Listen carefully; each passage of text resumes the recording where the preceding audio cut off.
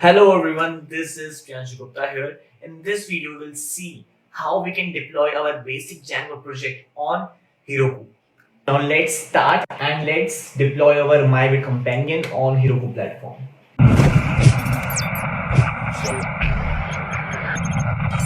So I have opened the code for our project on VS Code. So now let's do one thing. Let's do pip freeze requirements.txt to know what requirements we already have, what all the libraries that we have already installed on our virtual environment. So currently we have a Django 3.1.7 version below bytes. Okay. So now we need some more libraries and modules before we actually deploy our application on Heroku.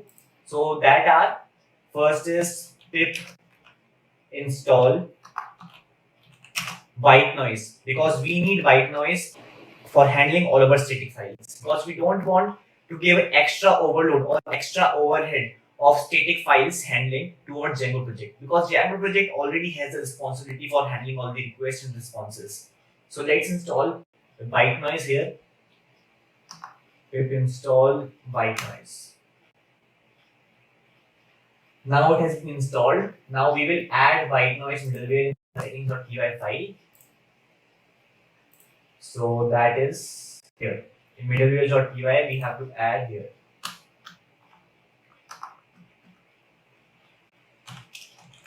White noise dot middleware. Okay, sorry. White noise dot middleware dot white noise.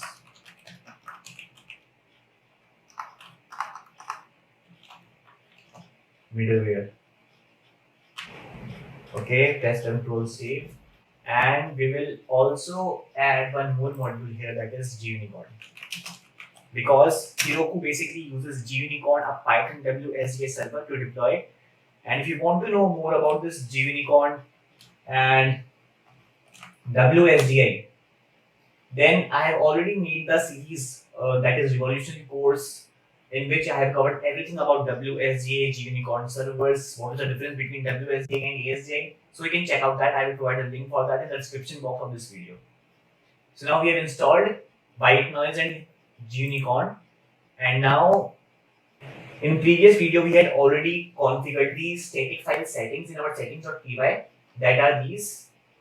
If you want to know more about this static file settings and how these are working, you can check out the previous video of this series, that is deploying on Heroku platform. So in that video, we discussed how Django actually handles the static files and media files, and how we can use white noise, and how we can use Apache or Nginx at deployment level. But Heroku doesn't care about this Nginx or Apache. It basically uses GUnicorn Python WSGI server to deploy our application.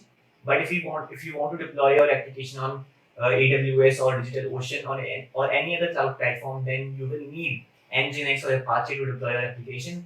And how to handle static and media files at those cases, that is also has been covered in the previous video.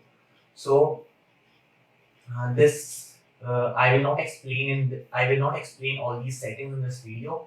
And also one thing I have also added in URLs.py.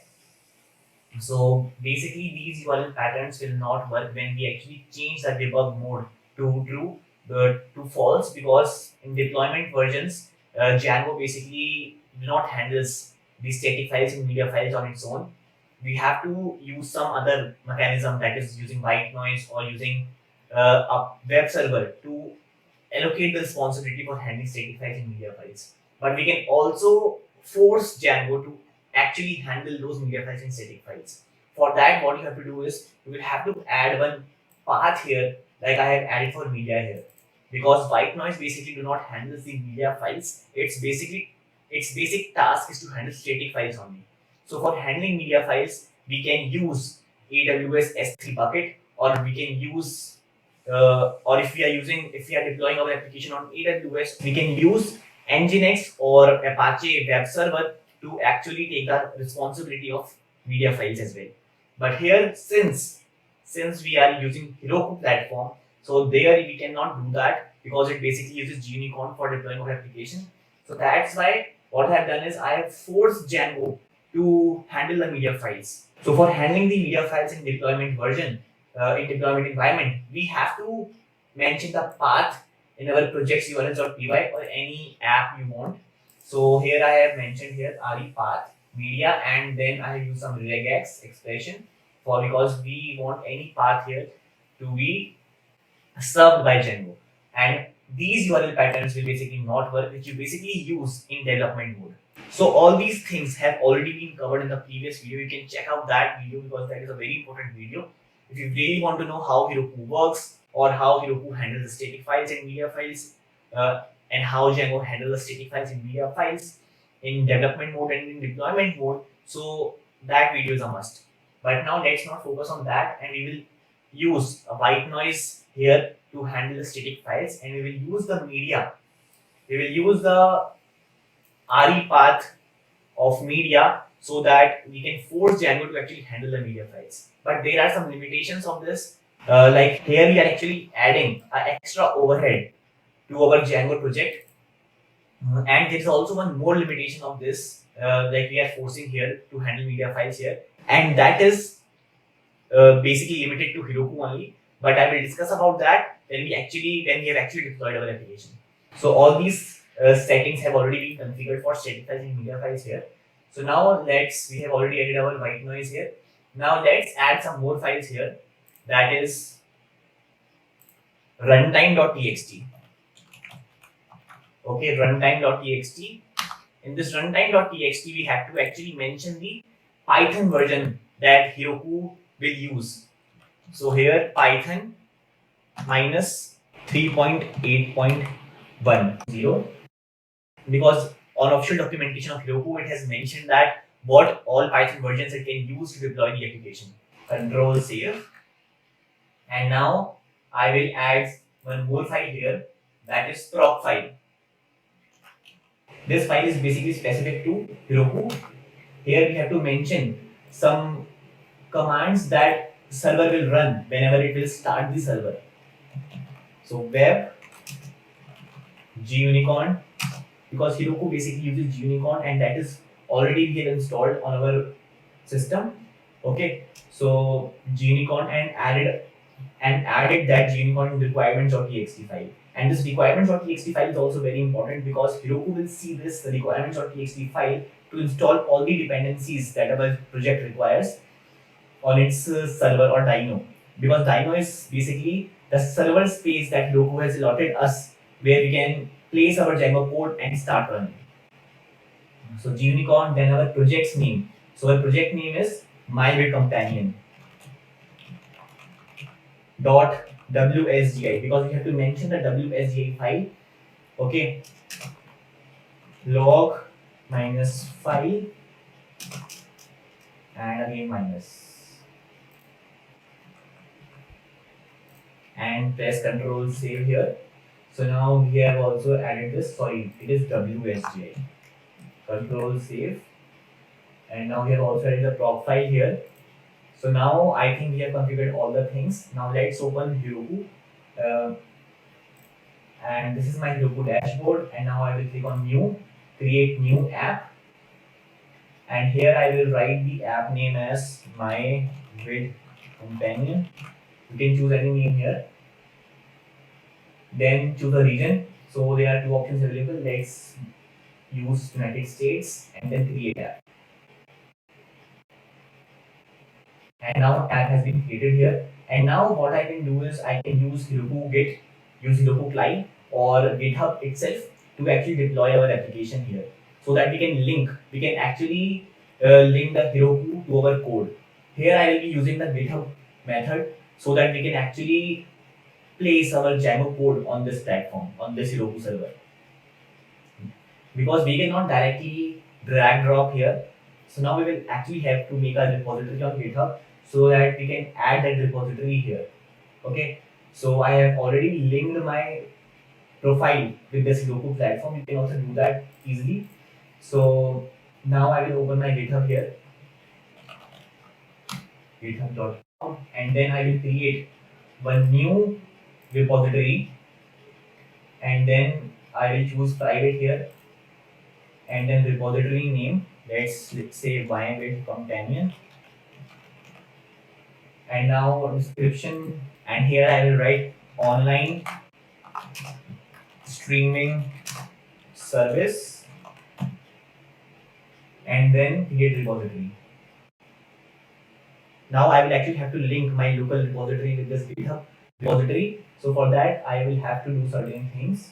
So now GitHub has given us all the directions here what we have to do, because currently we have not initialized the Git repository on our local platform, and now GitHub has given us all the directions what we have to do. So if you want to create a new repository on the command line, then you can follow this, or if you have already created a repository and you just have to push that Git repository to GitHub, then you can follow this one.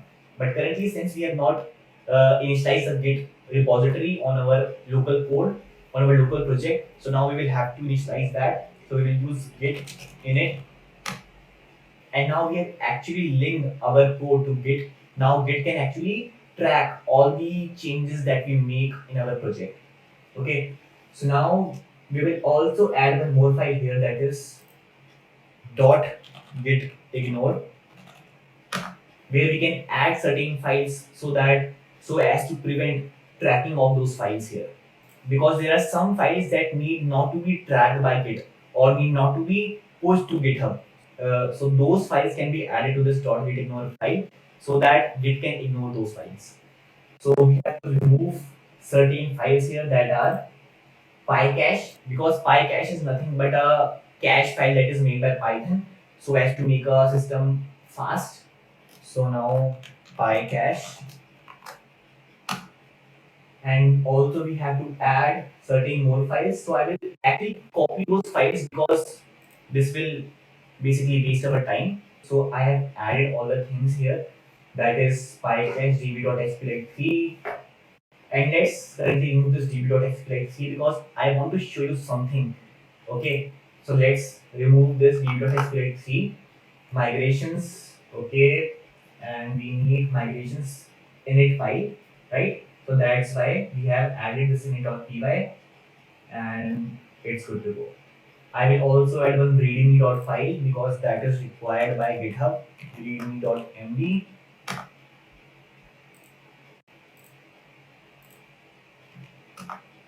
And here I will add online streaming service, control save. First we have to actually add all these stuff to staging area. So first git add dot, and now it is taking some time, and now git has added all those files that we have placed here to a staging area. Now we will make our commit, git commit -m first commit, and now we will make a branch here. Let's make a branch because currently we are on a master branch, right? We are currently on a master branch. So one way is to actually push this master branch only, or we can make a main branch. Okay, so let's make a new branch here, -m, or you can directly use this master branch only. Okay, git branch -m main, and then we will add a remote to this. So git remote add origin, because by adding this command we are actually linking our GitHub repository to our code. Control V and press enter, and now these has been linked, and now we will actually push all these files to our GitHub. Okay, and now we will actually push all those files here that are present here. So now we will use git push -u origin and branch name, and all the things being pushed here. And now if I refresh this page,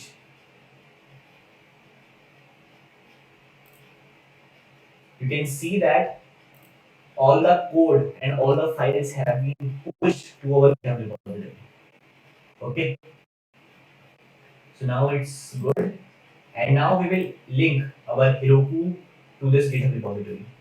So for that, what we can do is we can go to Heroku and we can write the repo name, and I will write the repo name as my with companion, and search. And now it has found out the repository. So now we will connect. And now we have connected it. And we have also mentioned the branch name here. If you have more branches and you want to connect to a different branch, then you can mention that branch here. And you can also enable automatic deploys. Like if you push something on GitHub or make any changes to the GitHub repository, then it will automatically take that from there and automatically update the server. But we are not enabling this right now, and we are pressing on this deploy branch. And now it's installing 3.8.10, installing pip 20.2.4, installing SQLite 3. It's going good. Installing requirements. And one thing that I missed earlier was that I forgot to actually update my requirements.txt file. So I think it will give me some errors here.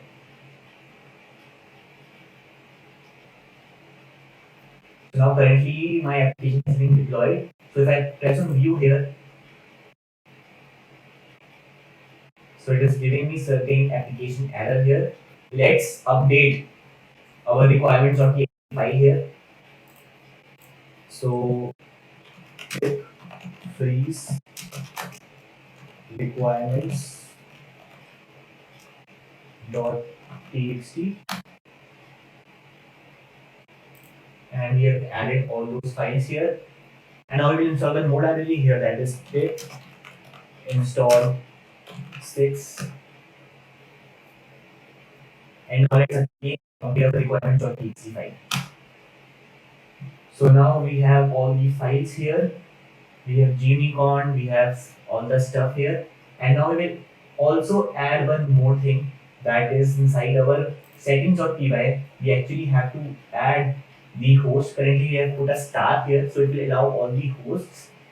So now again let's push all the stuff.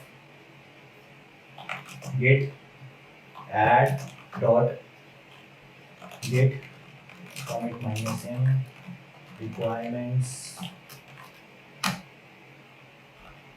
git push -u origin. Now let's again deploy our branch. It is installing all the dependencies here, as you can see. 130 static files. It has run the command, that is python manage.py collect static, to place all these static files into one folder. And now it has been released, and this is taking some time. Let's wait for it. And now it has been successfully deployed. If I press on view here,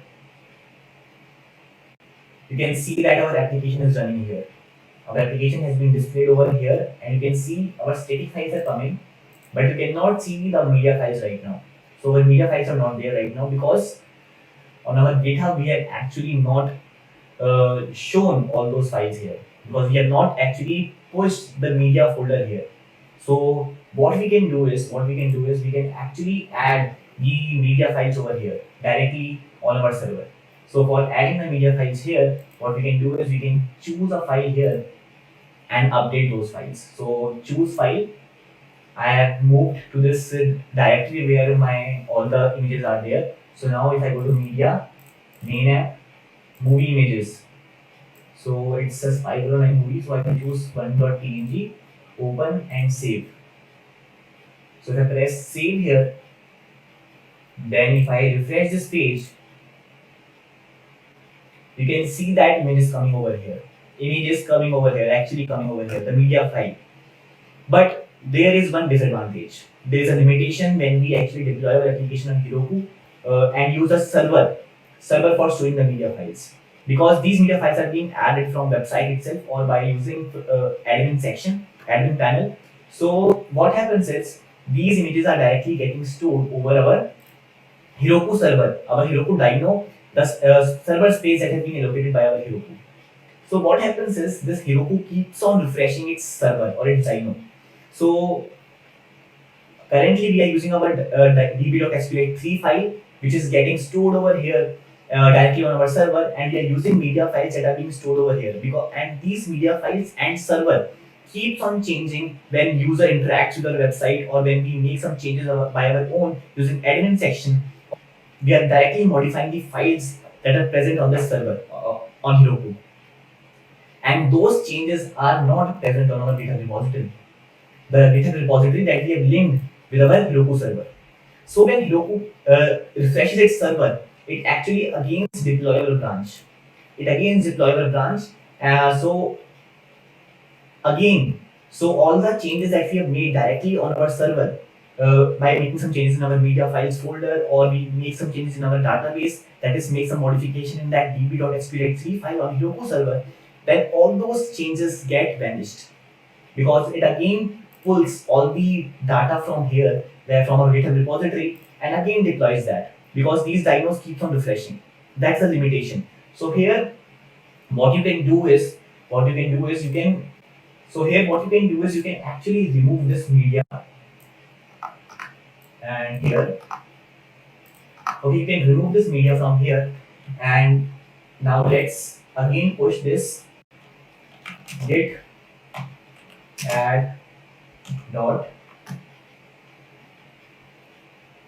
git commit -m media files, and git push -u origin. So you can actually add all those media files directly to GitHub repository from our local repository only. So now all the media files have been pushed to GitHub repository, as you can see here.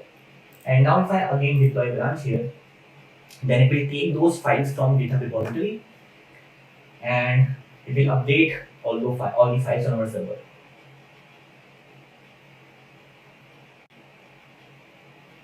And now if I refresh this page, then you can see that all our media files images are coming over here. Okay, all our media files images are coming over here.